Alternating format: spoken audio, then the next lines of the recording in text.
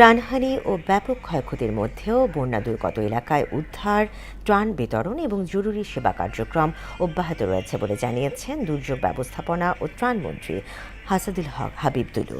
একই সঙ্গে ক্ষতিগ্রস্ত নারী ও শিশুদের বিশেষ পর্যবেক্ষণে রাখার কথা জানিয়েছেন স্বাস্থ্যমন্ত্রী। সচিবালয়ে বন্যা মোকাবেলায় আন্তঃমন্ত্রণালয় সভা শেষে সব তথ্য জানান তারা। শামীমুজ্জামান চৌধুরীর রিপোর্ট। অতিবৃষ্টি ও পাহাড়ি ঢলে দেশের বিভিন্ন অঞ্চলে দেখা দিয়েছে ভয়াবহ বন্যা পরিস্থিতি। আকস্মিক দুর্যোগে প্রায় ৬ লাখ মানুষ পানিবন্দী হয়ে পড়েন। এখন পর্যন্ত প্রাণ হারিয়েছেন ৫৪ জন, তলিয়ে গেছে হাজার হাজার একর ফসলি জমি, ভেসে গেছে অসংখ্য মাছের খামার, দুর্ভোগে পড়েছেন লাখো মানুষ। সংকট মোকাবেলায় উদ্ধার, ত্রাণ বিতরণ এবং পুনর্বাসন কার্যক্রমে সমন্বিতভাবে কাজ করছে সরকারের বিভিন্ন মন্ত্রণালয় ও সংস্থা। দুর্যোগ ও ত্রাণ মন্ত্রী বলেন, বন্যা পরবর্তী পুনর্বাসন কার্যক্রমকে সর্বোচ্চ অগ্রাধিকার দিচ্ছে সরকার। কার্যক্রমগুলো যেগুলো আশ্রয় কেন্দ্র রয়েছে সেগুলোতে আমাদের তৈরি খাবার দেওয়া হচ্ছে, শুকনো খাবার পরিবেশন করা হচ্ছে। উদ্ধার কাজের জন্য সেনাবাহিনীকে, বিজিবিকে, কোস্টগার্ডকে আমরা এখানে নিয়োজিত করেছি। আমাদের মন্ত্রণালয় থেকে জরুরি ভিত্তিতে স্পিড বোট এবং রাবার বোট আমরা পাঠিয়েছি তাদের উদ্ধার কাজ পরিচালনা করার জন্য।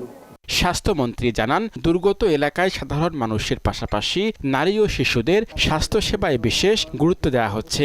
গর্ভবতী মা এবং শিশুদের প্রতি আমাদের গ্রাম পর্যায়ে আমাদের যারা কর্মী আছে তাদেরকে অ্যালার্ট রাখা হচ্ছে। যে কোনো মায়ের যদি প্রসূতির সময় হয় বা কোনো রকম সমস্যা দেখা দেয়, তাদেরকে আমরা স্পিডবোটের মাধ্যমে, স্পিডবোট না পেলে যে কোনো স্থানীয় নৌকা বা কিছুর মাধ্যমে আমরা উপজেলা হাসপাতালে আনার ব্যবস্থা রাখতেছি। কৃষিমন্ত্রী আমিনুর রশিদ বলেন, কৃষি পুনর্বাসনের পাশাপাশি ক্ষতিগ্রস্ত গবাদি পশুর জন্য গোখাদ্য সরবরাহ এবং দ্রুত ভ্যাকসিন নিশ্চিত করার উদ্যোগ নেওয়া হয়েছে।